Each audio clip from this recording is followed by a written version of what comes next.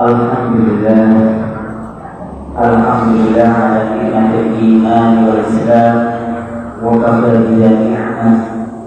Asyhadu an la ilaha illallah wa la syarika lah wa asyhadu anna Muhammadan abduhu wa rasuluh. Allahumma shalli ala sayyidina Muhammad wa ala alihi wa sahbihi wa man tabi'ahum bi ihsan ila yaumil qiyamah. Rabbi shrah li sadri wa yassir li amri wahlul 'uqdatam min lisani yafqahu qawli. Alhamdulillah, bersyukur kepada Allah Subhanahu wa taala pilih wonten dalem menika kita saged bermuajahah, saged kembal wonten majelis menika. Semoga ya sebabil kita menika kembali kita wonten majelis menika, Allah maringaken keberkahan dari kita sedaya dan kembali kita menika menjadi sebab Allah menurunkan keridhaan dari kita sedaya. Allahumma amin ya rabbal alamin. Pada kesempatan salawat wa salam kita sajikan kepada Nabi Muhammad sallallahu alaihi wasallam, bila uswatun hasanah kita sore teladan dari kita sedaya. Jamaah yang dimuliakan Allah Subhanahu wa taala, wonten dalem menika kula badhe lanjutaken kajian kita menika kajian surah Al-Baqarah yang terakhir kunci 153 ulas ayat 153 dari 154. A'udzu billahi minasyaitonir rajim. Bismillahirrahmanirrahim. Ya ayyuhalladzina amanu ista'inu bis-sabri was-salah. Inna Allaha ma'as-sabirin. Wa la taqulu liman yuqtalu fi sabilillahi amwat bal ahya'un walakin la tash'urun. Jemaah yang dimuliakan Allah Subhanahu wa taala, di ayat yang lalu Allah di ayat ke 152 Allah menjelaskan tentang nikmat-nikmat yang diberikan kepada yang Bani Israil, nikmat wujud Nabi, wujud mukjizat kitab yang diturunkan Allah datang Nabi Musa alaihissalam, nikmat berupa hidayah yang diberikan oleh Allah kepada tiang-tiang Bani Israil. Nah, ketika nikmat itu disampaikan oleh Allah di ayat berikutnya, di ayat 153, terus tiang ketika hidup di dunia itu kadang-kadang kita tidak hanya selalu diberi istilahnya kenikmatan, tetapi kadang-kadang juga diberi cobaan oleh Allah Subhanahu wa taala. Terus hidup di dunia menika, bahwa cobaan hidup di dunia kadang kadang-kadang itu diberikan kepada manusia untuk menguji kesabaran manusia, bagaimana dia akan selalu taat kepada Allah Subhanahu wa taala. Ya ayyuhalladzina amanu, hai orang-orang yang beriman, ista'inu bis-sabri was-shalah, jadikanlah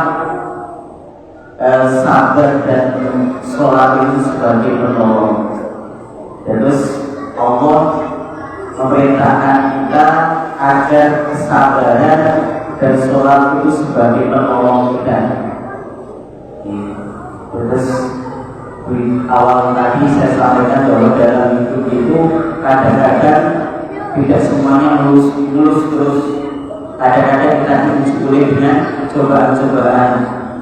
Maka ketika kita menghadapi segalanya itu, Allah memerintahkan untuk menjadikan sabar dan sholat itu sebagai penolong kita.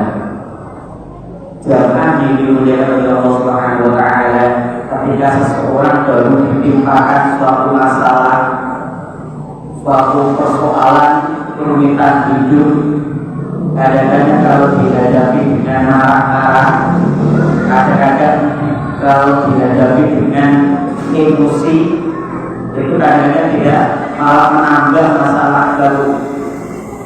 Kadang-kadang anak kita yang tidak tahu apa-apa dari sasaran malah kita, jadinya akhirnya bertambah di dalam hidupnya itu. Maka perintah Allah jadikanlah kesabaran itu sebagai penolong kita dan sholat itu sebagai penolong kita. Maka Rasulullah itu ketika menghadapi suatu masalah itu Rasulullah melakukannya dengan beliau mencontohkan dengan sholat.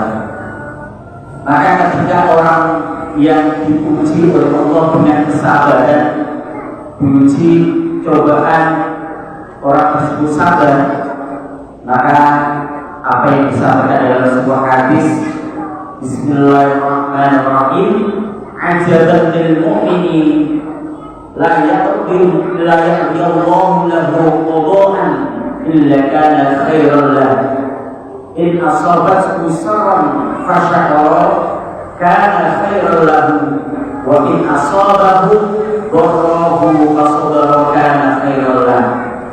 Jadi sungguh mengagumkan istilahnya diuji oleh Rasulullah, seorang yang mukmin ketika diberi takdir oleh Allah dengan sebuah kebaikan atau keburukan, Allah itu dijadikan sebagai bahwa itu adalah semuanya itu dari Allah Subhanahu wa Ta'ala, baik yang buruk maupun yang tidak buruk, yang tidak baik bagi kita, itu dikembalikan kepada Allah Subhanahu wa Ta'ala. Jadi dihadapi dengan kesabaran, semuanya itu dikembalikan kepada Allah. Ketika ditimpakan kebaikan itu dia bersyukur kepada Allah bahwa Allah memberikan segala kebaikan itu. Begitu juga ketika ditimpakan kesesatan atau ditimpakan keburukan, cobaan, itu juga dikembalikan kepada Allah Subhanahu wa Ta'ala. Semuanya kembali kepada Allah Subhanahu wa Ta'ala. Mungkin ketika dicoba itu dia merasakan bahwa itulah tanda dari kasih sayang Allah kepada kita semuanya. Kemudian karena inna asabathu syarran fasyakara kana khairan lahu wa in asabathu dharran fasabara kana khairan lahu.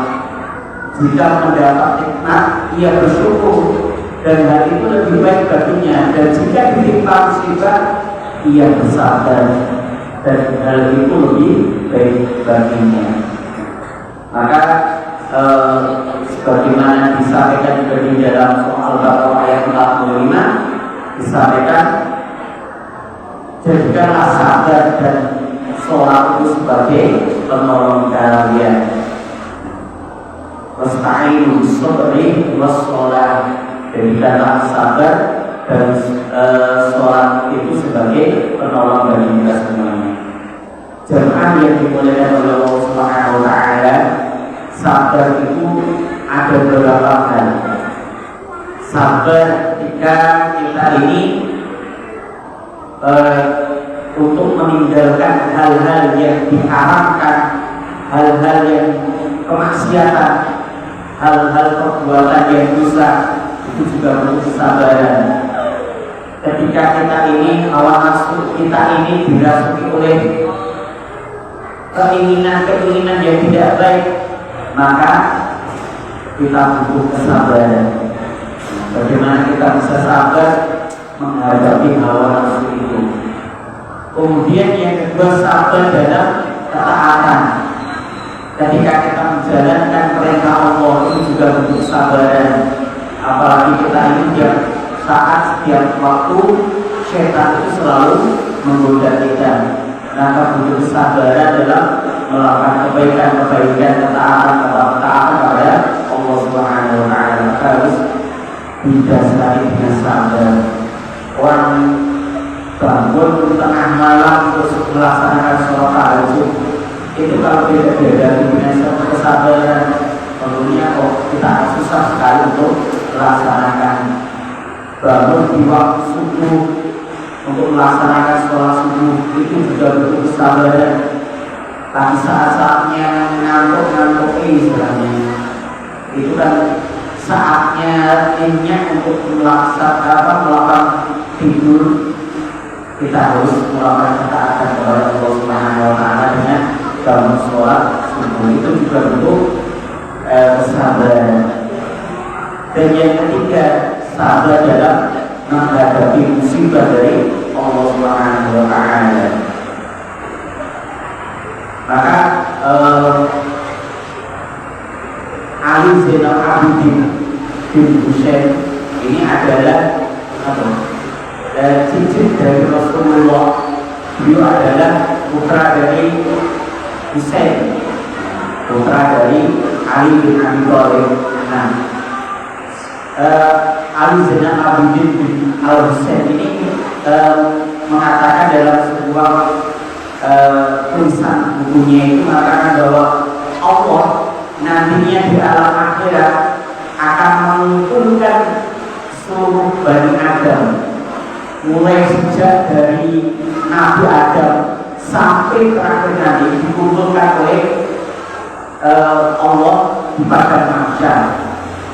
Kemudian di situ disuruh ada seorang misalnya pengumuman, di mana orang-orang yang sabar. Kemudian mereka yang merasa bahwa mereka ini orang-orang yang sabar, nanti kelak mereka akan dimasukkan ke dalam surga tanpa hisab. Inilah istilahnya balasan bagi orang yang sabar.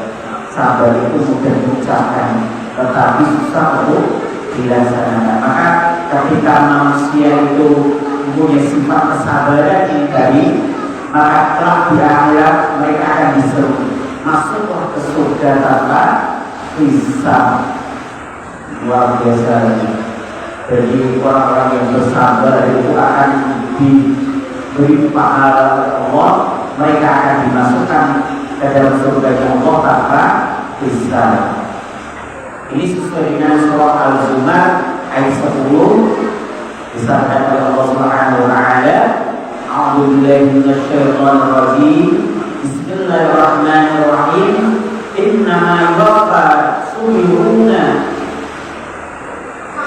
Rahal ajruhum bighairi hisab. Orang-orang yang sesungguhnya orang-orang yang bersabar, mereka akan mendapat pahala dari Allah Subhanahu wa taala, balasan dari Allah Subhanahu wa taala, itu akan dimasukkan ke dalam surga Allah tanpa hisab. Kemudian Sa'id bin Jubair mengatakan bahwa sabar itu merupakan pengakuan. Jadi yang itu mengakui bahwa musibah yang menimpanya itu benar-benar dari Allah, dan karenanya beliau orang tersebut menghadapinya dengan kesabaran, mengharapkan banyak pahala dari Allah Subhanahu wa taala. Maka sabar itu ibaratnya seperti ibaratnya itu adalah seperti sebuah bejana atau ember, dia dimasuki air terus menerus, kemudian dia mau menahan diri untuk tidak turun dari kemana-mana. Itu adalah kesabaran. Dan ayat berikutnya, wala taqulu liman yuqtalu fi sabilillah amwat bal amwat fi sabilillah amwat amwas bal ahya'un. Di ayat ke-154, wa la taqulu liman yuqtalu fi sabilillahi amwas bal ahya'un walakin la tashkurun. Dan ada orang-orang yang mati dalam keadaan syahid di sabilillah, mereka itu sebenarnya tidak mati, berahya, tetapi mereka itu hidup, walaupun tapi kita tidak mengetahuinya. Jadi orang-orang yang mati dalam keadaan syahid, mati di jalan Allah, mereka itu sebenarnya tidak mati. Mereka itu hidup di alam yang lain, dan mereka itu masih merasakan bagaimana kehidupan di dunia itu bisa mereka lihat. Maka ketika Nabi Muhammad SAW melakukan perjalanan Isra Mi'raj, ketika Mi'raj, beliau itu dijalankan oleh Allah dari Masjidil Aqsa ke Sidratul Muntaha Allah. Di situ Rasulullah ketemu nabi-nabi sebelumnya, mulai dari Nabi Adam sampai Nabi Isa alaihissalam. Artinya para orang soleh ini sebenarnya tidak mati. Secara lahir mereka mati, tetapi mereka sebenarnya hidup tapi di alam yang lain. Sebagaimana disampaikan dalam hadis Rasulullah, ini awal aswada ini awal situyun keberi sesuatu berjadinya kainusha kumalabil bila wanabila Allah bertak al-ash. Jadi orang-orang yang mati syahid itu ruhnya atau nyawanya itu berada di dalam perut burung yang warnanya itu hijau, dan burung ini hidupnya di surga.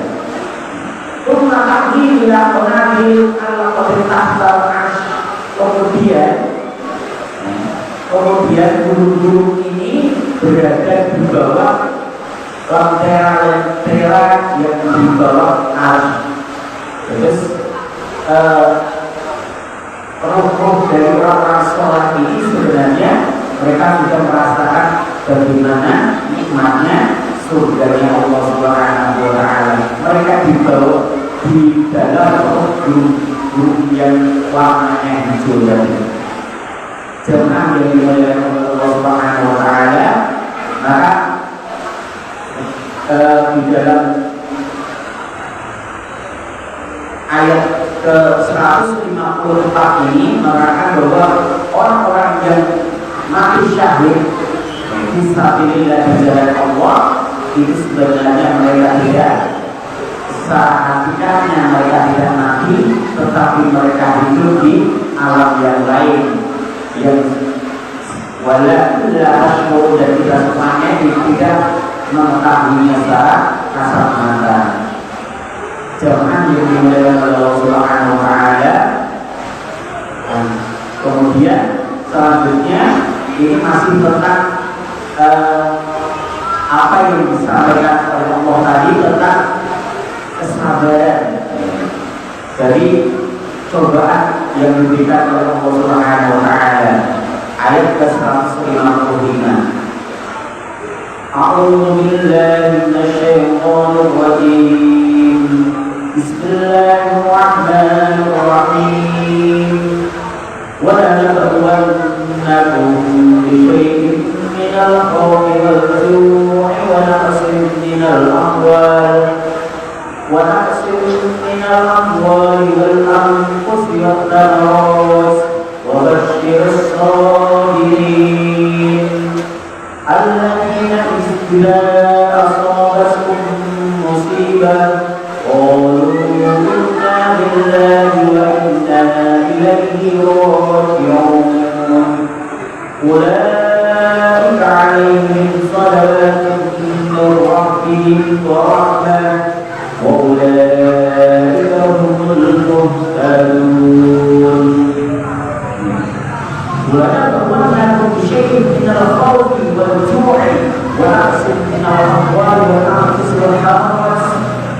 yubashshir shabirin. Nah, ayat ini menjelaskan tentang tadi di ayat ke-153 menjelaskan tentang bagaimana kita ini harus bersabar. Nah, ujian yang diberikan kepada manusia yaitu berupa cobaan, bisyai minal khauf, dari sedikit rasa ketakutan. Cobaan dari Allah yang diberikan oleh Allah kepada seluruh manusia itu berupa yang pertama adalah sedikit rasa ketakutan. Dikatakan sedikit, ini maksudnya bahwa sedikit dibanding balasan dari orang-orang yang bersabar menghadapi cobaan dari Allah Subhanahu wa Ta'ala. Maka ketika kita di dalam kehidupan kadang dicoba oleh Allah berupa rasa takut, susah, kemudian berjuang dan merasa lapar, terus mungkin kelaparan, cobaan dari Allah Subhanahu wa Ta'ala. Cobaan lapar ini bermakna tidak hanya lapar secara kurang makan, tetapi mungkin sedikit kesulitan untuk ekonomi ini. Kemudian waqsuminal amwal wal anfus wal thamarat, kemudian dicoba dengan buah-buahannya sedikit, misalnya panennya gagal dan lain sebagainya. Seorang petani yang menanam tanaman yang diharapkan akan berbuah kemudian bisa panen, tapi kemudian dicoba oleh Allah dengan kegagalan dalam panen.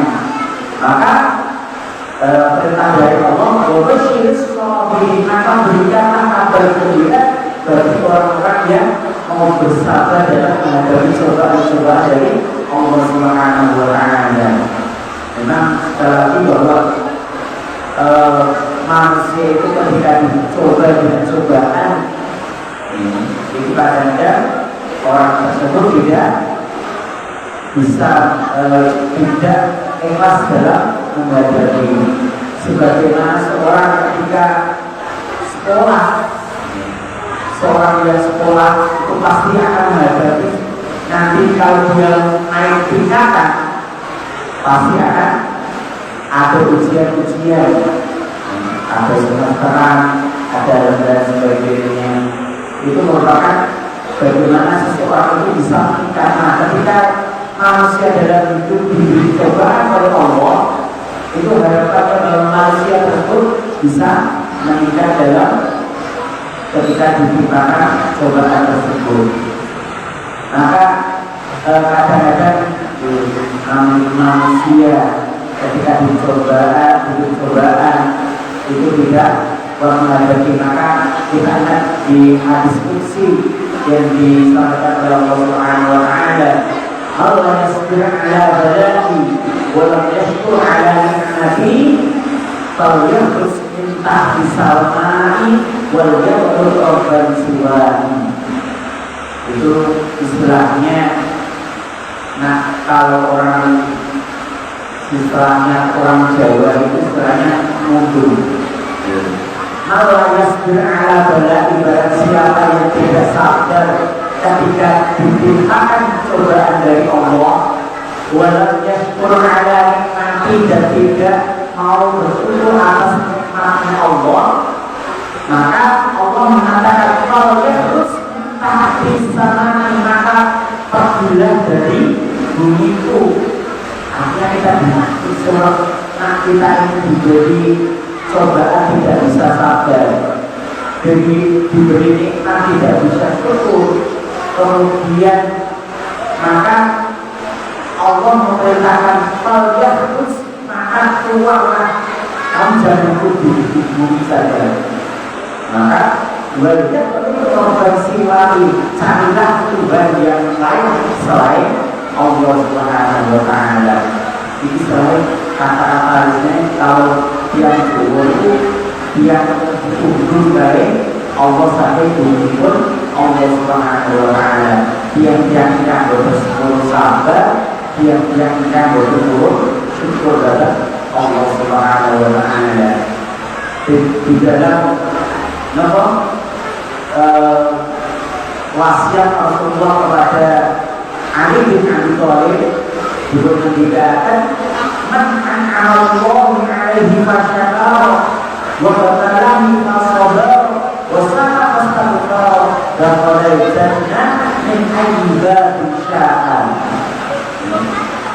Terus man an'amallahu alaihi fasyakara, barang siapa yang diberi nikmat oleh Allah dia mau bersyukur, wa batalani fasabar, dan ketika diberikan cobaan mau bersabar, wasaat fastaghfar, dan ketika dia bersalah kami melakukan perbuatan dosa, segera dia beristighfar minta ampun kepada Allah, maka balasan pun dalam jadinya min ayyibatin sya'an, masuklah surga terserah mana yang kamu pilih, kamu masuki. Terus yang urus syukur, urus sabar, urus bertobat kepada Allah, itu balasan pun yang kau dipersilakan masuk surga dari pintu yang mana yang mau dimasuki, bebas. Itu surga kita bermacam-macam. Dan kemudian sama-sama itu. Nah, yang mau yang sabar, syukur, bertobat kepada Allah Subhanahu wa Ta'ala, yang dipersilakan memilih pintu mana yang mau dimasuki ke dalam surga Allah Subhanahu wa Ta'ala. Inilah balasan demikian dengan sabar, syukur kepada Allah Subhanahu wa Ta'ala. Nah, yang sabar itu dijelaskan surah itu surah Al-Baqarah 156, 157. Alladzina idza asabatuhum musibah qalu inna lillahi wa inna ilaihi raji'un. Yang menikah ketika ditimpakan musibah, yang mengatakan inna lillahi wa inna ilaihi raji'un. Apa sebut? Menikah memiliki Allah dan nantinya akan kembali kepada Allah. Terus yang sabar itu adalah melibatkan Allah dalam setiap usaha kita, baik kesusahan maupun senang, itu adalah yang sabar. Maka yang takwa itu adalah melibatkan Allah di dalam setiap apa yang kita hadapi.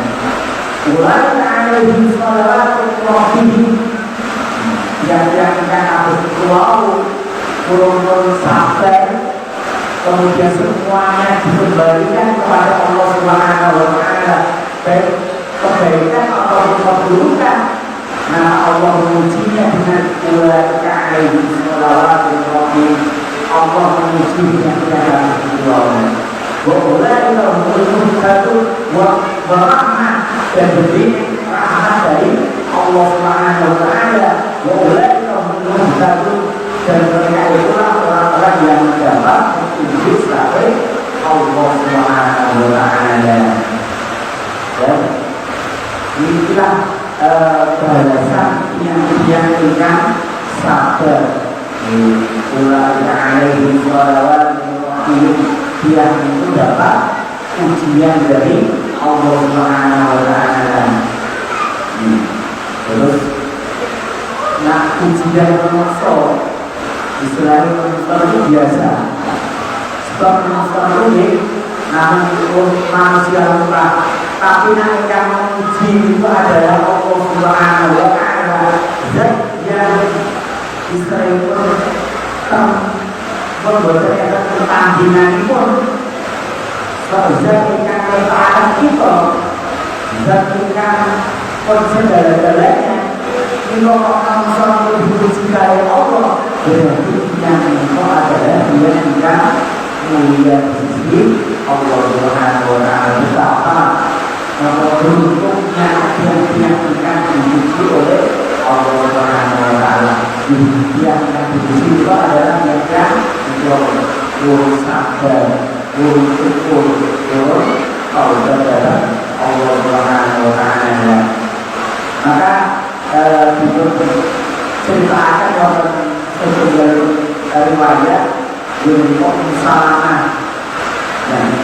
Salamahnya kok ketika suatu saat diceritakan oleh suaminya bahwa dia barusan datang dari majelis Rasulullah di muka Abu Salamah.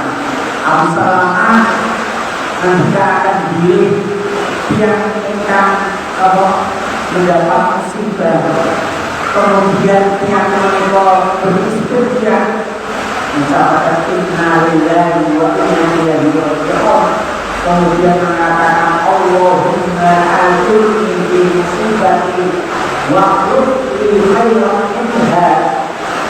Ya Allah, mugi paringi dengan hari ini pahala dapat keluar dari musibah yang saya berikan.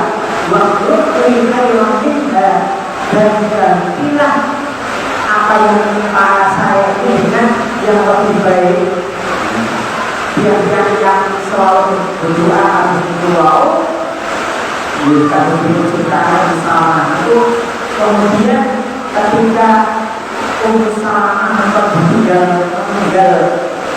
Abu Salamah dan waktu itu Salamah itu selalu berdoa. Setiap saat ketika diceritakan kalau ketika ditinggalkan oleh suami penceritanya, dia mengatakan inna lillahi wa inna ilaihi raji'un. Kemudian berdoa Allahumma ajurni fi musibati wa khudni khairan minha. Dia selalu melakukan doa Allah, ya Allah, berilah pahala atas musibah yang menimpaku, wa khudni khairan minha, dan berilah ganti yang lebih indah dari apa yang saya hilang dari saya itu. Akhirnya menurut akhirnya untuk Salamah Mulau diperkesihkan oleh Rasulullah SAW. Berarti Salamah Mulau dibagi yang lebih indah itu, yaitu bersuamikan seorang Nabi yang mulia itu Nabi Muhammad Sallallahu Alaihi Wasallam.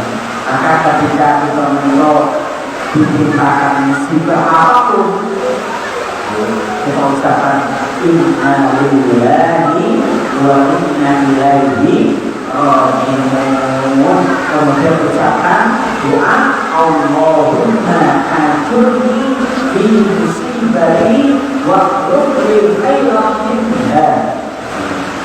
Maksudipun Allahumma ajurni fi musibati, ya Allah, berilah pahala atas musibah yang menimpaku. Terus ketika ditimpakan musibah dia bersabar, ini bagi berganti kayak Allah berupa pahala. Waktu khairan minha, dan gantilah apa yang hilang dari itu khairan minha, lebih bagus darinya. Terus itu adalah amalan doa ketika kita menikah ditimpakan suatu cobaan dari Allah Subhanahu wa Ta'ala. Maka kata itu sebagaimana Salamah, beliau diganti dengan ganti yang lebih indah ini kok. Beliau diganti oleh Rasulullah SAW.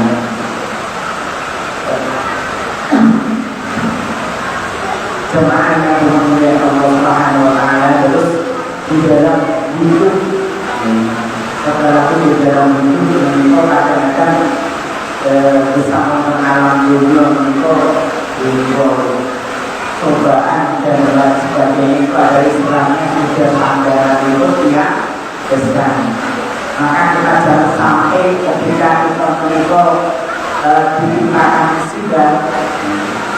itu harus itu istilahnya berkeluh kesah sebagaimana wonten surah Al-Fajr itu juga mencatat ayat 15 sampai 16.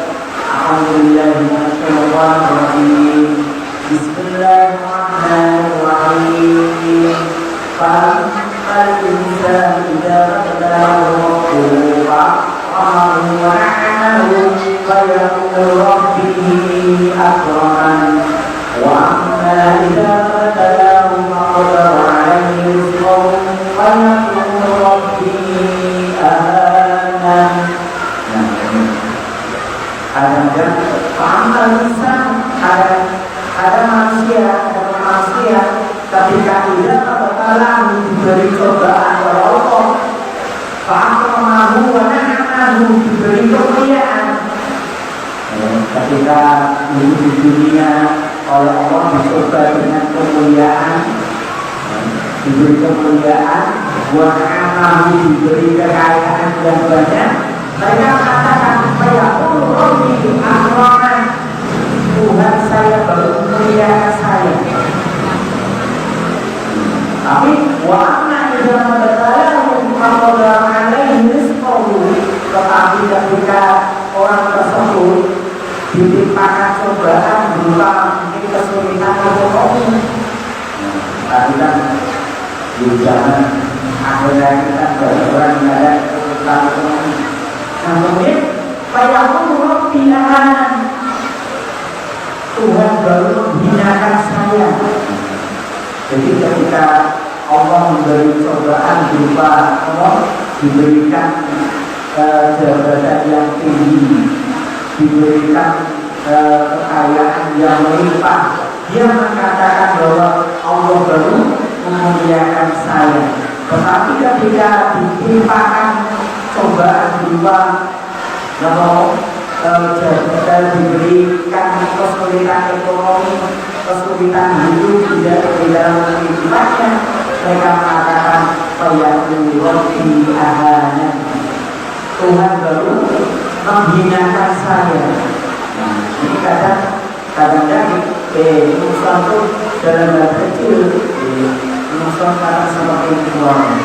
Maka sebenarnya di dalam hidup kita bisa mengalami itu materi bukanlah segala-galanya. Materi itu bukan segala-galanya. Maka hadis sebagai sebuah istilah nasihat dan Rasulullah diriwayatkan bila orang soleh mendikatkan diri Rasulullah mendikatkan man asbahakum aminan fisirbihi, barang siapa manusia yang di dalam hidupnya diberi kenikmatan oleh Allah berupa rasa ayam tenang hidup itu. Tenang ini kan istilah itu bukan materi. Rasa tenang itu juga tidak tambah, tapi ada nikmat dari Allah Subhanahu wa Ta'ala. Rasa ayam, rasa tenang di dalam desa kita tidak tampak di dalam mata kita. Kemudian wa'acan bijasa diberi nikmat oleh Allah berupa kesehatan. Sehat itu kan dibuat tanpa istilah non materi. Yang sehat itu ibaratnya pun kados mahkota, ibaratnya pun mahkota yang memakai yang sehat, tetapi yang bisa lihat yang sakit itu sehat. Terus yang nikmat berupa sehat itu yang nyadari bahwa itu nikmat dari Allah yang terbesar, itu hanya orang-orang yang sakit. Ada di sehat itu betul kosong bahwa kita adalah nikmat dari Allah Subhanahu wa Ta'ala. Maka sehat itu mahal harganya. Kadang-kadang itu kita sadari. Maka sesuatu yang kadang melekat dalam diri kita Al-Qurbu hijabun, sesuatu yang dekat itu malah menjadi hijab, menjadi pembatas. Istilah itu bahasa Indonesia kok gajah di pelupuk mata itu tidak empat, tapi kuman di seberang lautan tanpa ada harus kuman suatu. Ketika melihat sesuatu yang di dekat kita, yang menempel di dalam diri kita, itu betul kita sadari bahwa itu nikmat dari Allah Subhanahu wa Ta'ala. Tapi ketika melihat tetangga kita punya kulkas baru, punya mobil baru, punya rumah mewah, kita seakan-akan terpesona dengan segala ini. Wah, orang tersebut diberi nikmat Allah itu luar biasa. Tapi kadang-kadang yang nikmat yang nempel dalam diri kita tidak pernah kita syukuri. Misalipun udara yang tiap hari kita hirup, mungkin kadang-kadang kita tidak menyadari bahwa itu nikmat yang luar biasa dari Allah Subhanahu wa Ta'ala. Tapi yang istilahnya milik orang lain, baru kita sadari itulah itu nikmat yang luar biasa. Kita ini kemudian muncul sifat kasar, iri dan sebagainya juga. Maka ketika yang kita diberi nikmat pertama nikmat air, yang kedua nikmat berupa kesehatan, kemudian wakutu indah ini, kemudian orang tersebut diberi kecukupan kebutuhan hidup pokok itu, bahkan nama setelah dunia, maka yang tersebut sebenarnya telah menikmati nikmat yang terbesar dari Allah di dunia ini. Terus dari ketika nikmati itu, nikmat hidup tentram, nikmat kalau kesehatan, dan yang terakhir nikmat tercukupi kebutuhan desakipun, itu baru sifat materi. Yang pertama Rasulullah menyebutkan non materi, yang kedua juga non materi, baru yang ketiga Rasulullah menyebut yang materi. Apa sih desak memperkaya dunia ini? Banyak yang materi bukan jaminan diri yang mendapat kenikmatan yang tersebut dari Allah Subhanahu wa Ta'ala. Banyak contoh, banyak riwayat yang ketika diberi nikmat banyak itu belum tentu yang belum ada jaminan dari Allah. Tidak ada jaminan yang ketika diberi kemewahan, diberi jabatan yang ini belum tentu itu adalah hidupnya tenang, belum tentu. Tidak ada jaminan dari hartanya, tidak ada jaminan dari pangkat itu, derajat itu, tidak ada jaminan. Yang menjamin semuanya adalah Allah Subhanahu wa Ta'ala. Maka seperti itu tadi, semua materi yang ada di alam dunia ini itu semua adalah wasilah-wasilah yang perantara, bukan tujuan itu bukan materi, bukan itu semuanya, tapi keridhaan Allah lah yang harus kita cari. Maka sekali lagi jangan yang dimuliakan oleh Allah Subhanahu wa Ta'ala, bahwa apa yang diberikan oleh Allah di dunia ini mari kita syukuri. Dengan begitu pasti Allah akan menambah kenikmatan yang lainnya. Nah, jemaah yang dimuliakan oleh Allah Subhanahu wa Ta'ala, kemudian ada lagi di sebuah hadis yang disampaikan oleh Rasulullah SAW, ini adalah balasan bagi orang-orang yang sabar. Nah, ini ketika Abu Sinan berkata, selesai aku membunuh putraku dan aku masih duduk di dekat kuburannya, tiba-tiba Abu Talha memegang tanganku dan membawa keluar dari kuburan.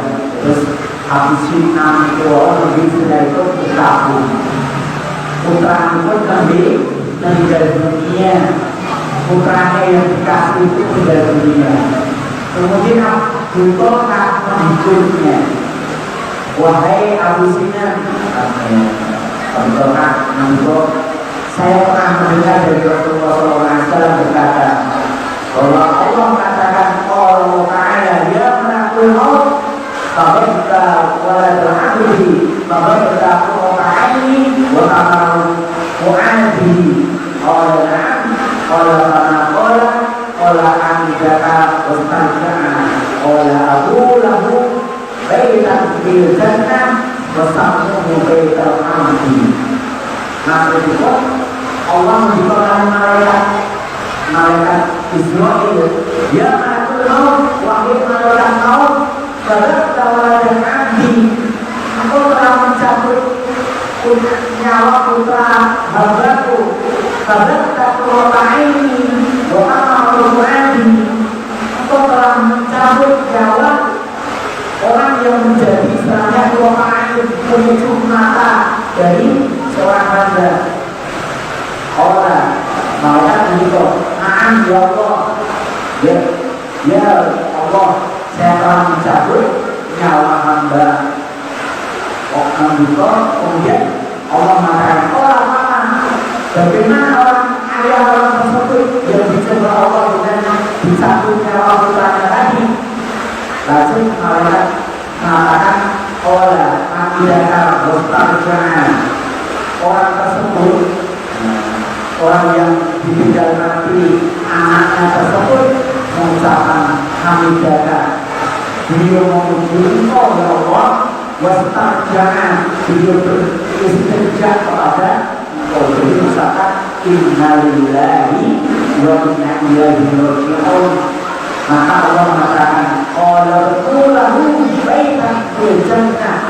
Maka ketika orang tersebut ketika dicoba tersebut tetap memuji kepada Allah dan mengatakan innalillahi wa inna ilaihi raji'un, maka Allah memerintahkan kepada mereka untuk lahu baitan fil jannah, maka bangunlah bangunan di surga nanti, wasamuhu baital hamdi, maka berilah nama bangunan itu adalah Baitul Hamdi.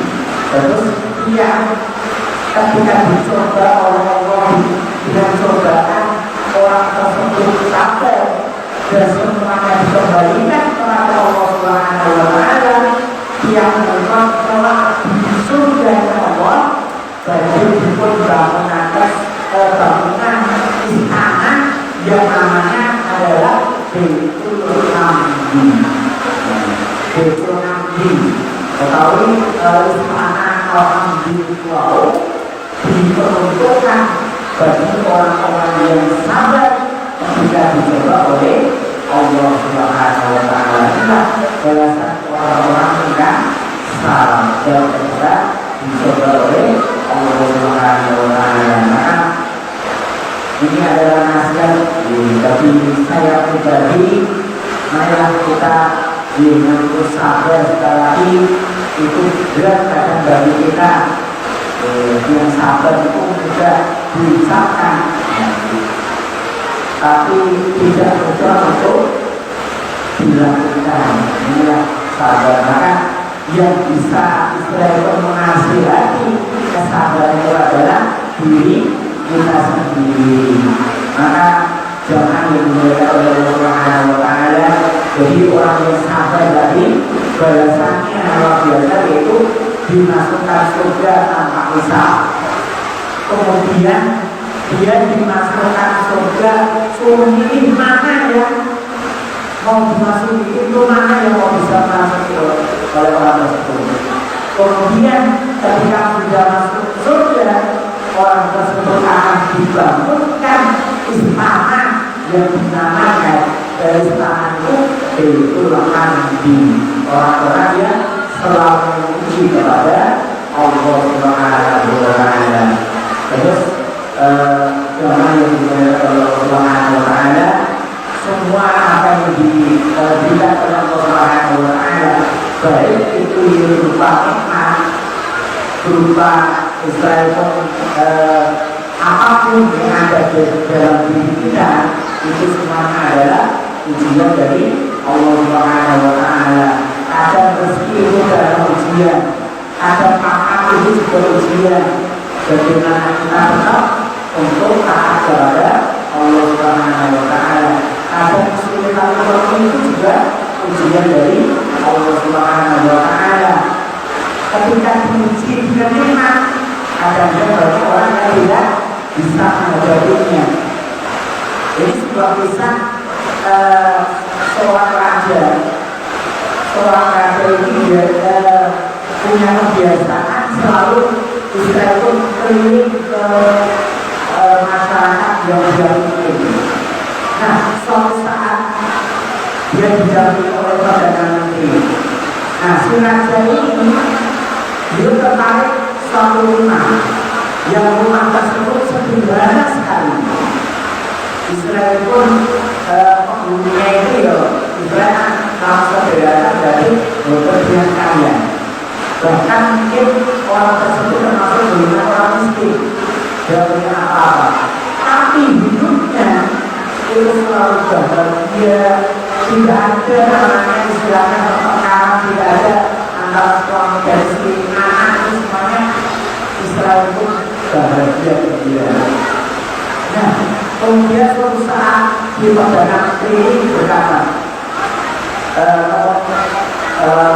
si Nasir berkata kepada Perdana Menteri, wahai Perdana Menteri, kenapa orang tersebut dengan sederhana itu bisa bahagia? Lalu Perdana Menteri ini berkata, coba kita lihat, wahai Raja, saya mencoba orang tersebut dengan coba yang saya berikan. Dia bisa nggak lulus dari apa yang saya lakukan? Akhirnya si Perdana Menteri ini siasat. Nah, dia membawa satu istilahnya kantong, satu kantong isinya keping emas, bilang keping emas. Nah, biasanya orang dahulu satu kantong itu mesti isinya 100 keping emas dirham. Nah, si Perdana Menteri ini diambil satu, jadi tinggal 99. Dia menguji si orang miskin ini bisa cukup ya dengan apa yang diberikan. Akhirnya si Perdana Menteri ini ngasihkan kapal itu di depan rumah ketika orang tersebut tidak ada, dikasihkan di depan rumah orang miskin tadi. Nah, kemudian ketika si punya rumah itu pulang rumah, kaget, di rumahnya ada amplop emas. Dia gembira sekali. Biasanya nggak pernah mendapat istilahnya satu keping aja nggak pernah dapat, nggak pernah punya ini. Nah, kemudian dengan gembiranya dia itu langsung dibawa ke rumah. Di dalam rumah dihitung isinya biasanya 100 ini kok 99. Dia akhirnya kalau penasaran di dalam biasanya 100 dari 99 ini ada yang kurang. Akhirnya dia pesan kepada istrinya, wahai istriku, biasanya satu kantong itu adalah 100 keping emas, tetapi ini 99. Saya pengen mendapatkan 100 keping, tidak 99. Akhirnya si ayah tadi bekerja membantu pulang setiap hari. Apa yang dilakukan demi mendapatkan satu keping emas untuk bagi menjadi 99. Apa yang terjadi? Yang tadinya ayam tetap rumahnya lama-lama karena saking kemudian mungkin ayahnya capek bekerja, anaknya mungkin buat masalah, kemudian bapaknya emosi, akhirnya apa yang terjadi? Di dalam rumah itu yang tadinya ayam tetap berubah menjadi bapak karena antara suami, istri, anak, jadi tidak harus lagi. Gara-gara apa? Pengen mendapatkan satu kebenaran. Dia tidak menyadari bahwa dia bisa mendapat 99 kebenaran. Dia menginginkan tambahan. Itulah ibaratnya hidup di dunia ini.